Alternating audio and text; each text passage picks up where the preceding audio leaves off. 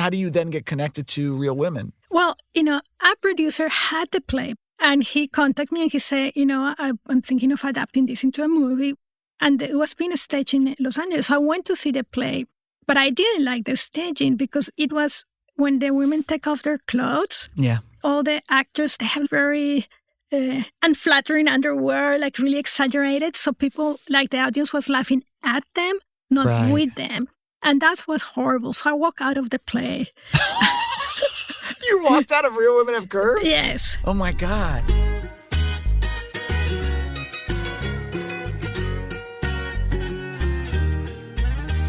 Welcome to More Than a Movie, a podcast that gives you a behind-the-scenes look at your favorite movies. I'm your host, Alex Fumero. Last season, we did a deep dive on American Me. This season, I'll focus on a different movie each episode, feature interviews with the biggest actors, directors, writers, and producers behind them, and tap into the history of Latinos in film. In this episode, we are exploring the 2002 classic, Real Women Have Curves. Real Women Have Curves is the coming-of-age story of a first-generation Mexican-American girl played by America Ferrera, who would go on to star in shows like Ugly Betty, Superstore, and most recently, in the Barbie movie, for which she was nominated for an Academy Award. At the time, America was only 17 years old, but would win an Independent Spirit Award and a special jury prize for acting from the Sundance Film Festival for her role as Anna Garcia, an ambitious teenager growing up in Los Angeles who has dreams of going to an Ivy League school across the country. She regularly challenges the norms and expectations of her family, especially her mother, played by the legendary and late Lupe Ontiveros, who you might know as Yolanda Saldivar in the movie Selena, but I prefer to remember for her role as Rosalita in The Goonies. Girls nowadays think they know so much, eh? That's why they end up panzonas. No, Mom, the reason they end up pregnant is because they don't know how to use contraceptives. Your husband's not gonna like you knowing so much. Why is a woman's virginity the only thing that matters? A woman has thoughts, ideas, a mind of her own. The woman who cast a precocious Ferrera in the lead role, who discovered her, is less known, but perhaps no less influential. Patricia Cardozo is one of only a handful of Latinas ever to direct a studio movie, and she's inspired scores of young Latinas to try and flip those statistics on their head. I asked Cardozo on the show to talk both about what she went through to make Real Women Have Curves and how she's confronted the challenges of being a Latina director in Hollywood. I'm here with the acclaimed director of the now legendary movie Real Women Have Curves, Patricia Cardozo. Patricia, thank you so much for being here on More Than a Movie. Thank you for having me here. I obviously want to talk about the making of that particular film and its role in the canon or its place in Latino film history. But I did want to start earlier. I've heard you talk about loving storytelling from a very young age and loving to tell stories. And I think it's probably a prerequisite for all of us who make movies that we're obsessed with storytelling, or otherwise we wouldn't do something so difficult. But I wonder, could you talk a little bit about why you love to tell stories, why you loved to tell stories at that age? That's a good question, because I just remember, since I have memories, since before I learned how to read and write, I like telling the stories. And I think I like to entertain people. It just sounds weird to me because I think that I come across as a very serious person and not as an entertainer, but I guess I'm an entertainer. I like to tell interesting stories. But I think it's a way kind of to process my experiences, because I always was very attracted to my personal experiences retold, rearranging the facts, but also to experiences of people that I knew close to me. And also some rearrangement of the order of the facts or some exaggeration to make it more entertaining. Right. And your first, I'm jumping ahead a bit, but your first kind of like short film that you made was precisely that, right? You sort of drew from some real life experiences, real people that you knew. I wonder if you could talk about The Water Carrier a little bit. Yeah, The Water Carrier was a story about a blind man in his 80s, set in the 1920s in a small village in Colombia, who recovered his sight after being blind for 50 years. And it was based on a true story, because my grandfather was one of the first doctors in Colombia to do cataract illness operations, 1926. And he did it in the man who brought water to his house. He lived in a small village and there was no running water. And that movie is very grounded too. I come from an anthropology background. That's what I studied in undergrad. And I'm always like looking to reflect reality as real as possible. And I love like the popular culture in Colombia and everywhere in Latin America. And I think that's what I also like so much Garcia Marquez, because he had that emphasis on popular culture and regular people, not in the fancy people. And that movie, told that story. That was my thesis film for UCLA. It was like a 1-hour film, and it won a Student Academy Award, 2 DGA Awards. It won a lot of awards, and it was still a very good movie. And that's the movie that got me the job to direct Real Women Have Curves. Real Women Have Curves started initially as a stage play, right, in the early 1990s, written by one of the co-writers of the screenplay, Josefina Lopez. Yes. Tell me about the first time you came into contact with the stage play, Real Women Have Curves. That was like 3 years before I was approached by HBO. And that was a producer. I had already done my thesis from how many years out of school are you at this point? I'm only like 2 years out of school. Yes. And you have a manager? You have an agent? No, I have a back pocket agent. You know what that is? Yeah, back pocket agent, for people who don't know, is like basically somebody, hip pocket they also call it, right? It's like, if there's a thing, I'll call you, but you're not really my client. Is that? Exactly. Yeah. If someone calls the agency and asks who represents Patricia Cardoso, they say, no one. Yeah. Exactly. But then if I get a job, he gets 10%. Right. So basically, because this guy was hip pocketing you, they just couldn't find a director. Yes. How do you then get connected to Real Women? Well, a producer had the play, but this is a different producer than the one who actually made it. And he contacted me and he said, I'm thinking of adapting this into a movie. Would you be interested in reading the play? I read the play and I loved it. And I said, yes. And it was being staged in Los Angeles. So I went to see the play. But I didn't like the staging because it was when the women take off their clothes. Yeah. All the actors, they have very unflattering underwear, like really exaggerated. So people, like the audience was laughing at them, not with them. And that was horrible. So I walked out of the play. You walked out of Real Women Have Curves? Yes. Oh my God. After that scene. Yeah, but I had read the play and I had loved the play. Yeah. I knew it was the staging. It was the way that it was being portrayed. Right. They were the butt of the joke instead of it being a moment where you feel sort of empowered, right? And that's why when I finally was directing the movie, I knew that scene was going to be so crucial because I wanted to show the women to come across as beautiful and show them with respect. You want to see cellulite? All right, here we go. This is cellulite. Ay, Stella, it's not that bad. No, It's not. no tiene nada. Oh, you don't understand. Ladies, let me show you stretch marks.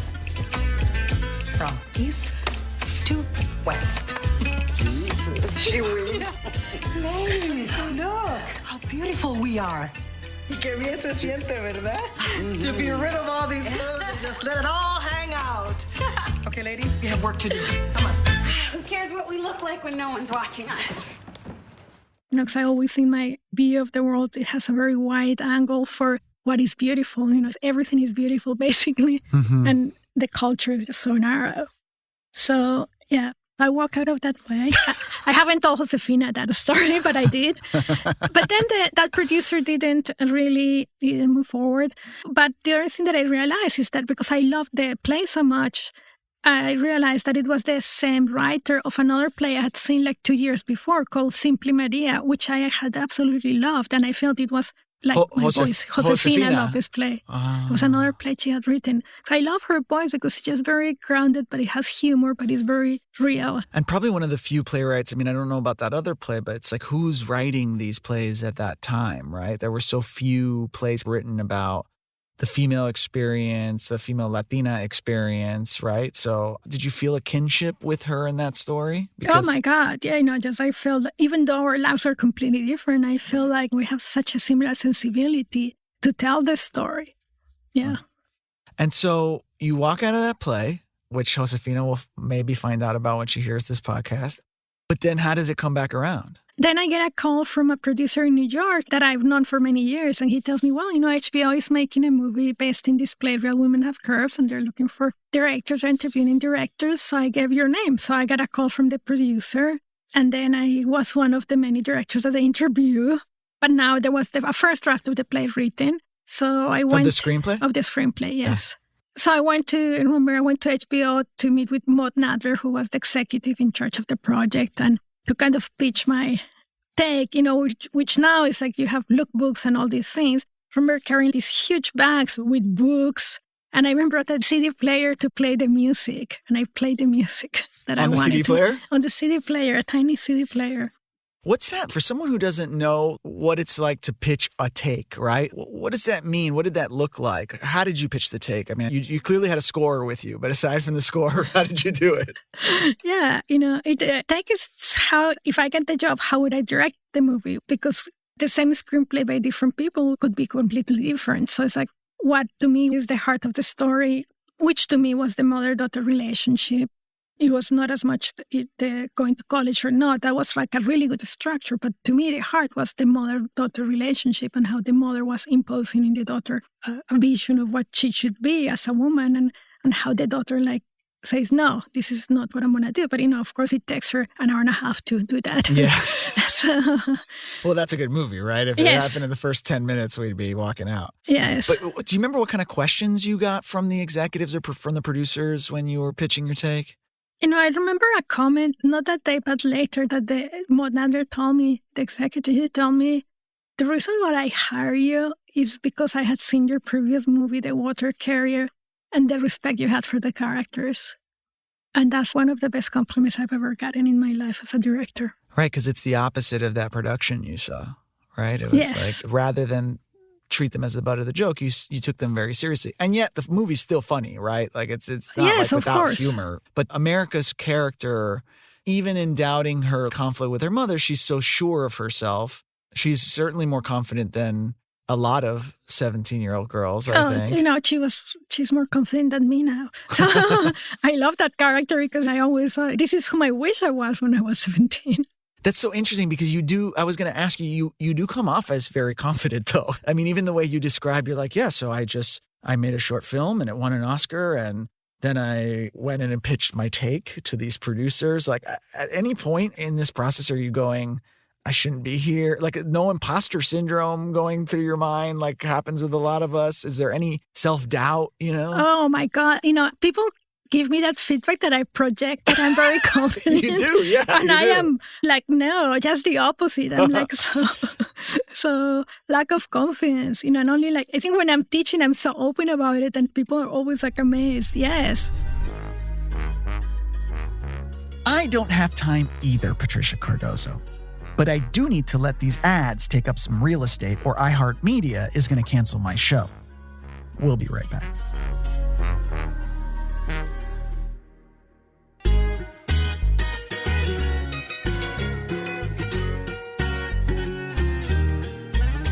Welcome back to More Than a Movie. I'm America Fumero.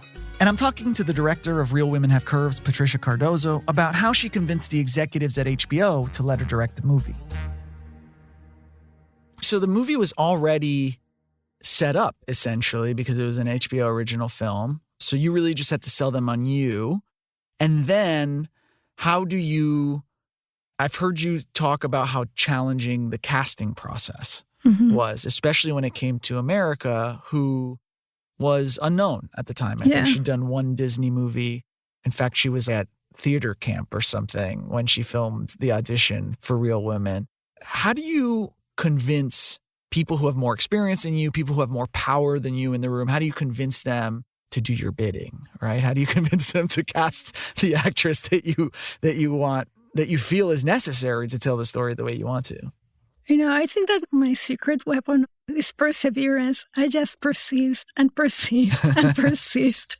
It took a long time to find an actor that could play the role because by definition, first, like most movies at the time were male actors, right. To have just a female lead, it was very unusual. Right. And then to have a female lead that is Latina is even more unusual. And then to have a female lead that is Latina and is a little overweight, that's just like impossible, So when we were doing the casting, all the actors were so thin. And we did open call castings and there are all these actors in line. And they were so thin, and they kept explaining to me that they didn't feel thin, that they felt they're very overweight. That's fascinating. So from a Hollywood perspective, they're like, I'm curvy. And you're looking at them and going, love, you're not. You're a thin actress. Yes, but that's how we perceive ourselves. We have that. It's a microcosm of the film itself sort of playing out in your casting process. And so I'm not asking you to name names, by the way, but like when you're running into resistance for an actress like America for the role, who are the types of people that are saying no? And are they suggesting an alternative? Well, there was another actor that almost everyone except me and my casting directors like more, and her name was Anna, and she was an actual student at Beverly Hills High School, and she was 15, and she was more conventionally beautiful, but she was not really an actor. I remember she had a sister who was a soap opera actor, and with her, she just wanted to follow her sister's footsteps. Whereas with America, she had this passion for acting, So that's the one that was the preferred person. America, she really was the best. So one of the strategies I used was that I brought her, I think, for like 8 callbacks. Yeah. and then I do all these tests with different potential mothers and different potential boyfriends and all these things just to kind of show her capacity, and then I would direct her different ways. It's fascinating because some directors seemingly, it's like they don't even think about performance. And other directors are very performance oriented. And it sounds like you spent a lot of time directing performance. Real Women Have Curves looks beautiful, right? Mm-hmm. So it's not a film that is negligent to the cinematography or the realism of the sets. All of that is very meticulous. But I'm curious, how many takes are you doing? How much time are you spending with the actors on their performances? As much as is needed. So, but, I think like what I do before is that, I meet with each actor like one-on-one. And I began doing this when I did The Water Carrier. I couldn't have rehearsals, which is the case very often because either there is no time or there is no budget to do rehearsal. I meet with each actor and then I read all their scenes and they read their lines and I read all the other lines. I did this with America and then I did this with Lupe. And then we talk about all the scenes. So by the time we get to set, although we didn't have an official rehearsal, we are in the same page and we kind of know what's going on. You make the film. Do you remember getting the call, being told that you were premiering at Sundance? And did Sundance mean anything to you at that time? Oh, I had worked for Sundance for 5 years. So I knew Sundance very well. And Jeff Gilmore was the director of the festival and I have worked very closely with him. And actually, when I got the call saying that I was accepted, I cried because I thought I was going to destroy my movie because there was very little time to finish it. Basically, the movie was selected on an editor's rough assembly because on November 15, I was still shooting in New York. And then we found out like the first week, right after Thanksgiving, we found out we have. And then basically we had 3 weeks to edit. It was like a $3 million budget or something, right? Which is like a pittance from a film perspective. So you were like, you're running out of money basically and time, it sounds like. Yes. I believe so much in editing that I thought if I have to edit this movie in 3 weeks, I'm going to destroy it. So I was going to call Jeff Gilmore and tell him, please don't accept the movie. And my editor told me, sit down, don't call yet. Let's think about it. The big advantage that you're going to have, she told me that, is because we only have 3 weeks. The cut is going to be your cut. Nobody's going to do anything. Right. Because so you have, like it's a de facto director's cut. It's a de facto director's cut. Yes, because the directors get like 20 weeks. Yeah. So I was going to have 3 weeks. She told me that because she's very smart. And I thought, okay, you've convinced me. Let's get to work. And then we slept in the editing room for like 3 weeks and we worked nonstop. And so, when you get there, you're like the belle of the ball. It's like the coolest experience for a week. How did you internalize suddenly all these people saying, oh my God, I love your movie. Oh my God, what are you going to do next? What was that like? Oh, it was very joyful. And also because once I got there, before the first screening, I had no idea if the movie worked at all. Because oh God, the first time an audience laughs, isn't it like 1,000 pounds have come off your show? You're like, it worked. Holy shit. If that joke worked, then the other ones are going to work. Oh my God. It's like where were you standing? I was sitting, it was at the library, and I was sitting next to Maud Nadler, and we were holding hands. Yeah. Oh, so you sat in the audience. Yes, Oh, I that's sat in the braver than me. audience. I had to like hide behind this curtains because I couldn't. Yeah, it was shocking. You know, Yeah. it was shocking to see how people were laughing so much, how some of the dialogue got lost, and then how people are screaming, and then the standing ovation. That was amazing. You know, it was wonderful. Unbelievable. And so the film premieres at Sundance. It's an HBO film, so it already has distribution inherently. I don't think it's hyperbole to say it's been a phenomenon, right? I mean, here we are, it's 2023, and we're still talking about Real Women Have Curves.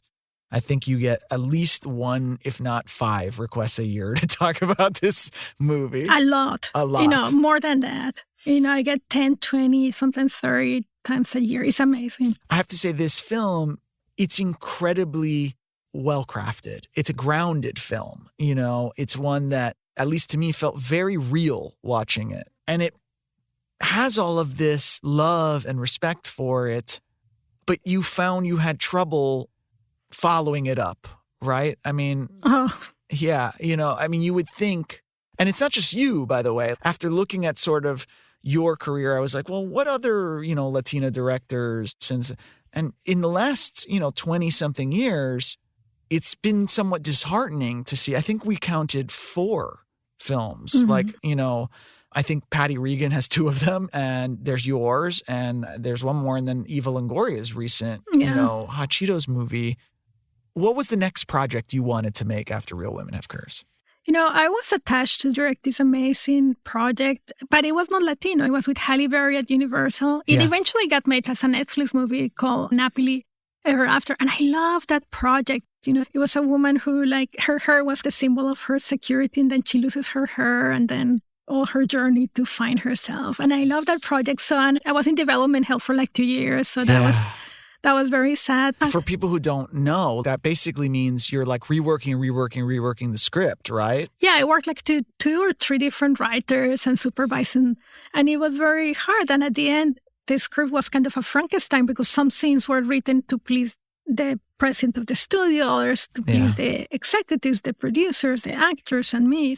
So I was very sad, but I guess it was part of the process. I had a project that I loved before Real Women, that it was about Jose Gregorio Hernandez, which is a Venezuelan doctor who died, and at the time he was in the process of becoming a saint, and now he's a saint. So I had that project for many years, and I loved that project. You know, it was like fantasy because part of the story happened in heaven after he dies, and he's going through training to be a saint, and he doesn't want to be a saint.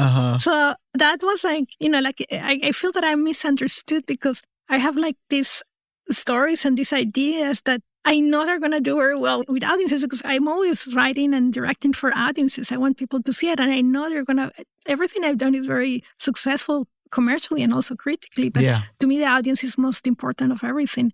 But they're weird stories, you know? Yeah. I mean, we could attribute it partially to, okay, you gravitate towards weird stories and maybe those are viewed as non-commercial. But I have to think, I mean, it's astonishing to me that there are not more, specifically after what you did, right? But this film, it's such a statement piece. It's like, look, a female Latina director makes a movie, Real Women Have Curves, with an almost wholly female Latina cast, and it's a great success, you know? And yet it's like fucking Groundhog's Day. I mean, this is what I'm learning making this podcast, and it's not just Latina directors, it's all of us. It's the unfortunate truth is that the representation numbers have just not changed over 50 years. It's horrible. Horrible. You know, horrible is an understatement. And so when you're having discussions with, you know, studio executives or whoever else it is this coming up? Like, what is the resistance that you're coming up against? I didn't have a clarity also of, like, what was my statistically my chances of making more movies. And if you look at the statistics, it's not surprising. You know, only like 4% of women are directing features. And of that 4%, you know, 0.66 are Latinas. So it is just not going to happen. But the thing is, like, nobody tells you that. You go into all these meetings, you know, there was this other period up to direct Hollywood movies with good budgets. And I was like a runner-up 7 times. But there's nothing that I originated, and none of them were Latino subject. And I was always like one of the, you know, like you go through all these interviews, and then the president of the studio meets with the 2 finalists. And out of those 7, always the other person was a white man, and he always got the job. And I invest years of my life. It was good practice for storytelling and for pitching and for everything. But I never had a chance, and I was not aware that I didn't have a chance. I felt that it was a fair game, and it was not. I think that I was just being put there to have like a quota to say we talked to a woman, we talked to a person of color, and that person was in the running. But you are very tenacious or relentless, right? You were saying. And so my question is, after each of these experiences, you had to say, Patricia, keep going, right? And I mean, now you're working like crazy, but were there any moments where you were like, I can't do this anymore? Oh, so many times. I thought I was going to give up. And, I love plants and fruits. So I thought I'm going to become a farmer. I really thought that. And I went to this working farm in Ventura County. Beautiful. I loved it. And it was a Colombian woman married to a Japanese farmer. But I realized it was not going to work out. So, I just think that I'm going to give up, and then I give up. But then something inside me takes over, and I just can't control it, and I just keep going. So at some point, I realized that I'm just going to die trying, so I'll be in my 90s and I'll be trying. And hopefully when I get to be in my 90s, I had more movies to show. Sure. And I mean, look, it's not movies, and I totally get that, but you have had something of a career renaissance, resurgence, normalization, whatever we want to call it, through television directing, right? Yes, which was also almost impossible to get. And it was only because Ava DuVernay hired me to direct Queen Sugar 5 years ago. I've only been directing television for 5 years. But since that moment, since Ava DuVernay hires you, I mean, you seem to be working all of the time. Yes. And I love it because I love working and I just have so much fun. Everyone tells me when they see me on set that I'm just so joyful. It's just like I'm so happy. I love the whole process. So, yes, it's my happy place. And I love the collaborations with the cinematographers. Like last year, I did 4 episodes, and the 4 cinematographers I worked with were amazing. You mentioned that Real Women looks beautiful. I started by the visuals. I really love the visuals of telling a story with images. So that's super important to me. And then connecting the camera with emotion is like so joyful to me. So television is offering me just like a playground to have fun and tell stories and have a big impact, because still, from my anthropological approach, I told you that I was an anthropologist. You mentioned it briefly, but tell me, how did that influence your filmmaking? Oh, completely. Like, I consider myself a cinematic anthropologist. The producer, Bruna Papandrea, she's a big-time producer of a lot of HBO, a lot of wonderful things. She's the one who told me, like, we're talking about what should be my brand, and I'm like, I don't know what my brand is because I like so many things. And then she said, you're a cinematic anthropologist. And I'm like, yes, you're right. I am. Yeah. Because to me, it's that reality, to make things very real. So I do a lot of research. I heard you say, you talk about all the time you spent in East LA for Real Women Have Curves. And, so much of what I love about the film is that rather than kind of telling us about the Latin experience or the culture, you show us instead. Mm-hmm. Did you draw on your own real life experiences? Aside from just studying the neighborhood, how much of your own life and family found its way into that family? Oh, so much. The essence of the relationship between the mother and the daughter is my mother and me. That's completely the essence of that. And then a lot of the love of the culture, too. There were many things that were not in the script, like the San Antonio hanging up. Taking the baby away from San Antonio to make him work faster? Yes. Do you think he works faster if you take the baby away? Yes. And she takes it. Yeah. Yeah. So those were completely things that I put into it. And also making more layered characters, because from the script and even during the editing, the biggest challenge was that the character of the mother was too mean. Yes, she is very mean. She is. Oh, but she's nothing compared to what she was in the script. Nothing. So I worked very closely with Lupe. How do we show this? She's coming from? And then we came up with all this backstory, and we don't talk about it. The menopause bit. Yeah. Is really powerful in a couple of ways. One, because America's face in that scene. And this is, again, another thing that I love about it is a lot of times, Latino movies, everything can be kind of big. you know? And in that scene, America just sort of rolls her head to the side, and you can just tell it's this little tiny victory for her, you know, that she's right, that you're not pregnant, you're going through the change, you know? But it is also a very humanizing moment for Lupe. Yes. How did you approach that scene in particular with them? You know, like very straightforward. We've talked a lot about the characters, you know, they just... Was that part of the plan to like humanize her, or was that yes. That was such a big effort because she was not like human. Like another thing that I did to make her more human is I gave her birds, like a cage with birds, so she would take care of them. Right. So we saw her being kind to something. Oh my God. It's almost like a save the cat. It's like save the birds. And also that scene where Anna burns her hand, like she comes and kisses her hand. Right. And also we gave her arthritis. You know, it's not in the script, but the way she walks and the way when she washes the dishes, you see that she has arthritis. Yeah. Yeah. Yeah. Lupe is also one of those actors that can be harsh. She seems like a tough cookie, you know, in a lot of her roles. I've heard that she wasn't your first choice. No, she was not, because I was very scared because she had been in the play version. And I wanted the movie to be different from the play. And I was scared that she would bring the same character to the play. Was this a production at LA Theater Company where she was involved, or? You know, I didn't see the one she did. She did the very first ones. But I wanted something very different than the original concept of the play. So I was very reluctant to that. But then we had casting directors in New York, in Texas, in Mexico, in LA. And there was no one as good as her. So I asked to meet with her. And I told her directly, you know what? I admire your work, but I am very hesitant because you did the play and you might told her that? Yes. Oh my God. How did she react? She told me, I didn't like what I did in the play. Oh, wow. Look at that.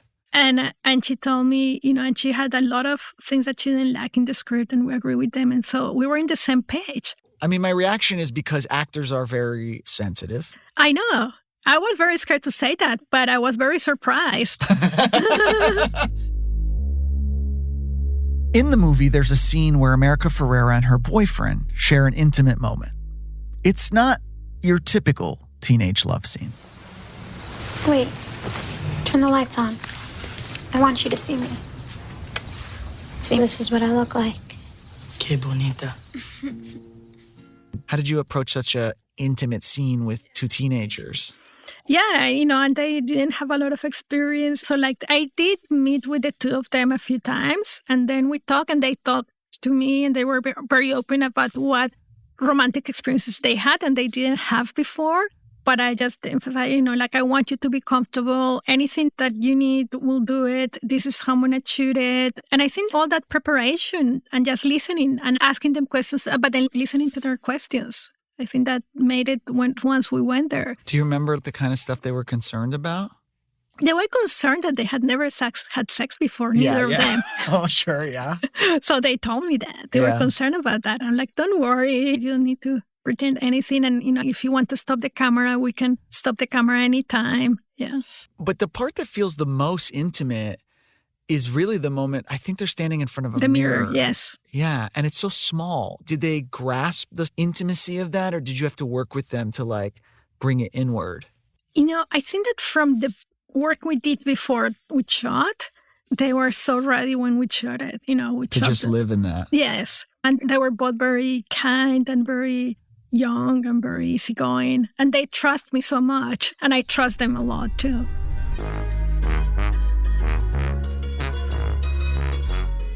And that is how I'd like you to be with me, dear listener. Easygoing, trusting, especially when I break for yet another set of ads.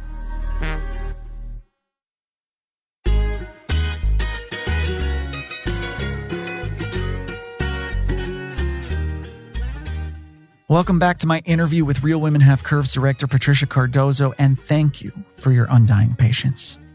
I wondered whether Cardozo, who has been working as a Latina in Hollywood for decades now, thinks we've actually made progress in terms of representation. So I want to come back a little bit to both the question of like post Real Women Have Curves and then the future for you and for other Latino filmmakers. America was quoted as saying that she felt like as you traveled to other film festivals, she thought the floodgates were going to open for Latino filmmakers in general. And as we discussed, they haven't quite yet. Do you feel like we're at a tipping point? Do you think the 2020s are different than the 1990s or the 2000s? Or does it feel like we're still in Groundhog's Day? Well, that's a very good question. I hope it is, but I've also lived long enough to have seen things go up and down and up and down and up and down. But I think that definitely what is different now is the awareness that we all have. Like, we're naming things with their names and we're saying this is what the reality is. And I never saw that before, to say, these are the percentages. And there is definitely, the fact that for the past 5 years I've been able to direct television. I love it. So that gives me hope. But even there, you're like, I've heard people say there's basically Patricia Cardozo in the TV directing space. No, there are a lot of us. There's more now, but I think the rate was still at like 2% or something. Oh, right? yeah, where it's still very low. Not to be a bummer, but I'm trying to put it into context.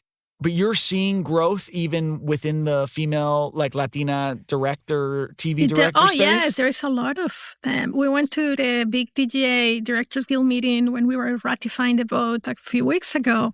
And there were so many women. I remember, because I've been a DGA member for 22 years. And I would go and I would be almost the only woman, the only person of color. And there were so many women. It's just so great. And I think we all have much more awareness of how things are going. So I'm very optimistic. Besides, changing studio heads, besides helping one another, what else can we do to better our numbers on screen? Is there something that we're missing that in your 20-odd years since making this movie that you're like, if we only did more of X, we'd be better off? Yeah. I've never thought about that, but what came to my mind is like, think outside the box, do things differently, not try to imitate the things that are already there.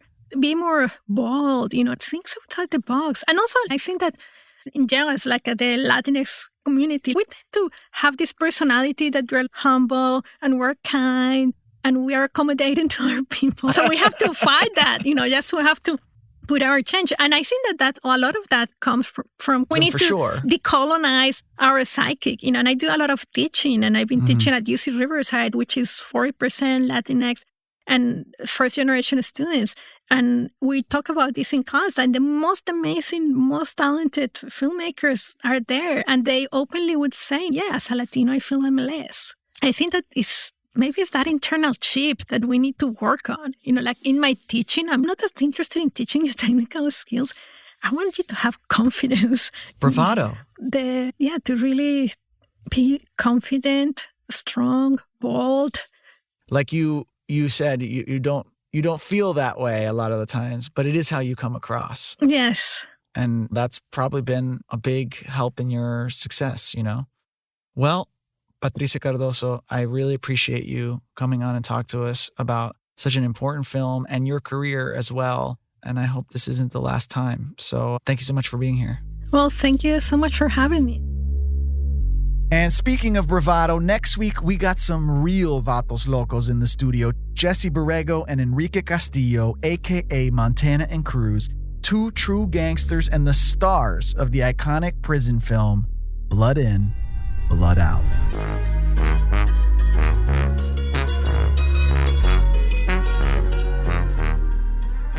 More Than a Movie Season 2 was produced by Chloe Tagliagambe with the help of Reynolds Gutierrez and Veronica Hernandez in partnership with iHeart's My Cultura Podcast Network. Hosted by me, Alex Fumero. Edited by Rose Reed and Chloe Tagliagambe with the help of Saida Quevedo. Executive producers are Carmen Graterol, Rose Reed, Isaac Lee, and me, Alex Fumero. Sound design by Gonzalo Messi. Original music by Golden Minds, Darko, and Iame. Recorded at JTB Studios and Vaudeville Sound. Our executive producers at iHeart are Giselle Bances and Arlene Santana. For more My Cultura podcasts, listen to the iHeartRadio app, Apple Podcasts, or wherever you get your favorite shows.